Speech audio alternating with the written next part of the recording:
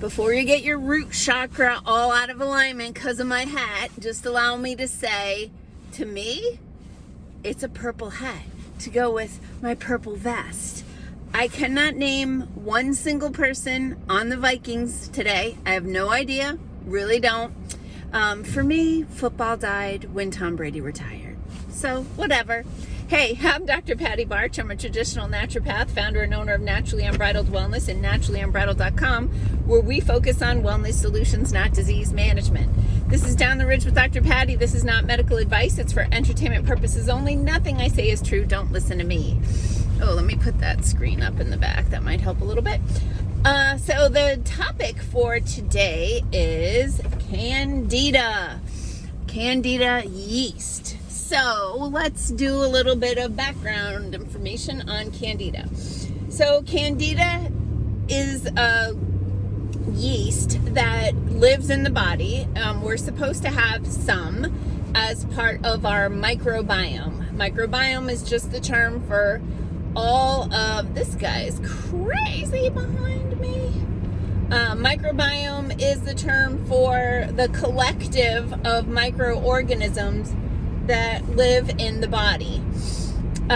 So this is a combination of bacteria, fungus or yeast, parasites, and to some extent viruses, but viruses are often classified into the virome. That's another video.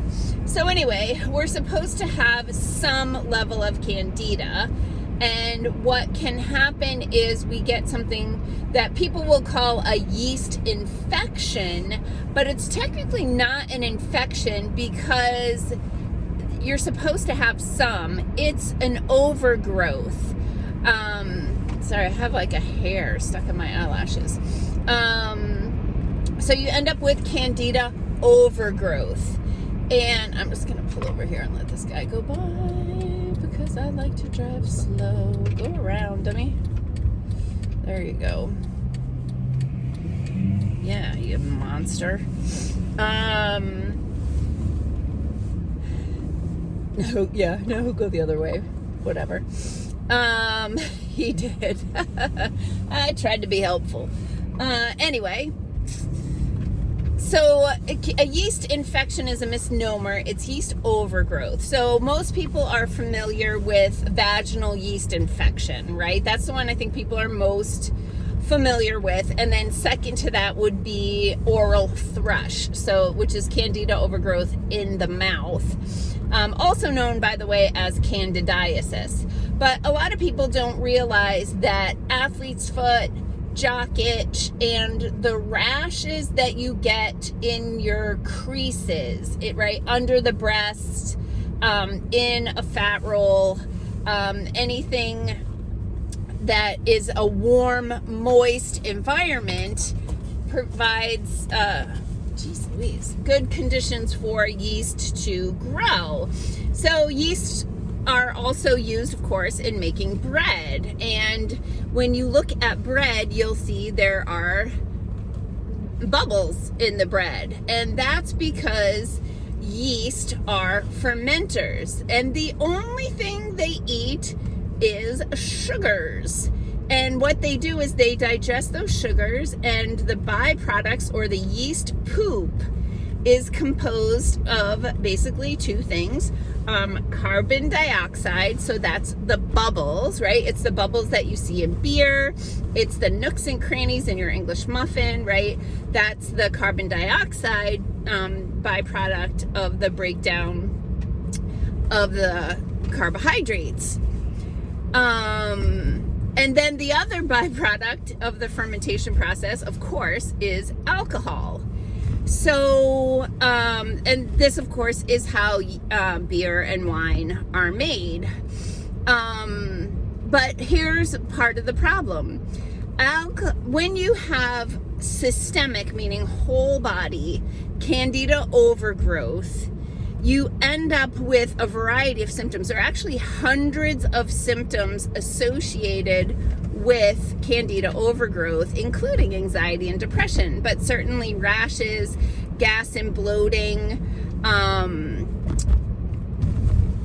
I have a list of, I don't know, like 72 of them or something on a handout at my office. Regardless, a part of the problem with the standard American diet and the incorporation of high fructose corn syrup and other like massively processed simple carbohydrates and the vast amount of sugar in the American diet, in sodas and the coffees with all the pumps, is that the fermentation with the candida that are all throughout the body, they are fermenting the sugars that are floating around in your bloodstream because you've taken in more sugar than your pancreas can manage. And those yeast are fermenting it, and they're changing your body's pH with the excretion of the carbon dioxide. But the bad, worst thing is the amount of alcohol that they're cranking out. So what happens is you have a lot of people in the country who have something called non-alcoholic fatty liver disease, or NAFLD. And that can be caused by you're a walking fermenter, a walking bioreactor, right? So you have all these candida yeast in your body that are excreting all this alcohol, and it's not any different than the alcohol you would take in a lovely margarita, in that your liver has to process it. So that's, for sure a problem with candida overgrowth. Now, what can you do about it? Well, one of the things you can do is stop feeding the beast. And I always have this conversations with clients who have candida issues, is you have to stop feeding the beast. And remember, the only thing they can eat is carbohydrates, sugars. So,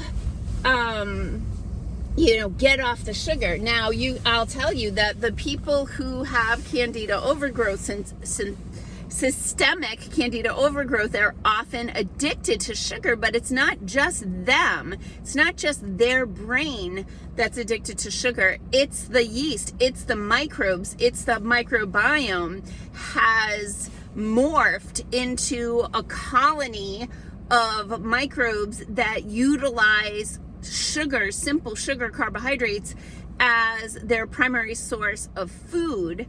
And so what happens is, when these people who know they're addicted to sugar, they know it's bad for them, and they try to eliminate it, as these as these yeast, as these fermenters, and even some of the parasites and other microbes that have become acclimated to a high sugar diet, as they are starving, they are sending out chemical SOS signals to your brain. We're dying down here. Like, get some sugar in there fast. And so they're like telling you, eat some sugar, eat some sugar, eat some sugar. And then if you can get through about 5 days, I found it's about 5 days, if people can muscle through the sugar cravings and let those suckers starve to death. There's a process right now. Your body has to deal with the dead bacteria, the dead yeast, the dead microbes that you've starved to death. And you've got to get those out, and that can make you feel pretty crappy for a while. But fundamentally, you've got to kill the bad guys. Oh, I said the K word. I wonder if I'll get flagged. So close this morning to doing a video on censorship. Anyway, so what else can you do? Sorry, it's cold and my nose is dripping. What else can you do? There are certain microbes or probiotic species that can help to create an environment where that's inhospitable to the candida. So we have one in our office. If you've seen our No Guts, No Glory gut restoration program, our probiotic is called Gut Conditioner. And that's a very specific type of strain of probiotic that helps to create an environment that will muscle out those bad microbes and create an environment where healthy, beneficial microbes can come in and prosper. So you want to take a look at those probiotics. Also, there are anti-yeast, antimicrobial herbs. Garlic is an easy one. Oregano is an easy one, and you can, we have wild bear garlic and oregano oil, wild oregano oil, those sorts of things. But then there are other anti-yeast herbs as well. I like to use Lapacho intrinsic at my office. Sometimes you can use even nano silver is anti-yeast, but some of those products can be non-specific in that they can kill the bad guys and the good guys. So that's why it's important, if you're doing any kind of antimicrobial program, that you are also doing something like the gut conditioner to support the good types of microbes. And I've talked about this before, where if you have dysbiosis, meaning bad microbes so badly that if you take a very expensive, beautifully formulated billions and billions of colony forming units and you're putting that into a hostile environment, they're mostly just going to die. So you would start with the gut conditioner for 1 to 2 months to create a healthy environment, and then bring in those nice broad spectrum probiotics. Okay, so that's Candida in a nutshell, and I don't know a single person on the Vikings, so don't get your panties in a twist. Peace out, peeps. Have a healthy day.